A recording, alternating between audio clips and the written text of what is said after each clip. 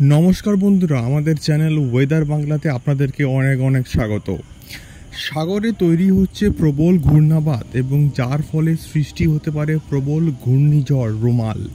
কিন্তু কবে, কখন, কোথায় এই ঘূর্ণিঝড়টি আঘাত হানতে পারে বা এই ঘূর্ণিঝড়ের গতিবেগই বা কত হতে পারে, এই সবটাই কিন্তু জানিয়ে দেবো এই ভিডিওর মধ্যে। দয়া করে ভিডিওটি একদম শেষ অবধি দেখবেন এবং নতুন হলে অবশ্যই আমাদের চ্যানেলটিকে সাবস্ক্রাইব করে আমাদের সঙ্গে থাকবেন এবং পাশে থাকা বেল আইকনটি অবশ্যই বাজিয়ে দেবেন।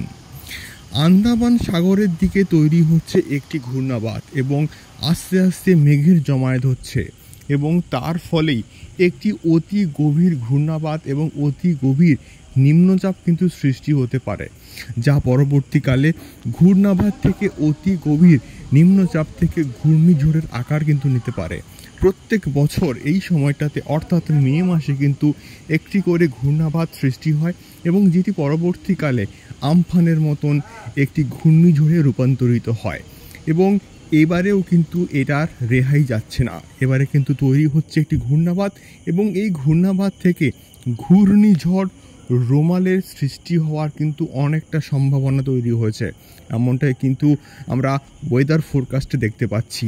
আমাদের নজর এই ঘূর্ণিঝড় রুমালের দিকে অবশ্যই থাকবে এবং তার সঙ্গে সঙ্গে আগামী কয়েকদিন কিন্তু পশ্চিমবঙ্গ বিস্তীর্ণ এলাকাতে এবং বাংলাদেশের বিস্তীর্ণ এলাকাতে কিন্তু ভারী বৃষ্টির সম্ভাবনা রয়েছে এবং আগামী এক সপ্তাহে তাপপ্রবাহের কিন্তু কোনো রকমই সম্ভাবনা নেই। এবং আজকের আবহাওয়ার খবরটি এই অবধি।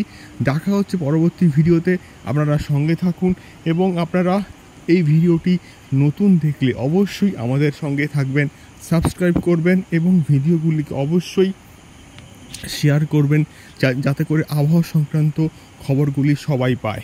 নমস্কার।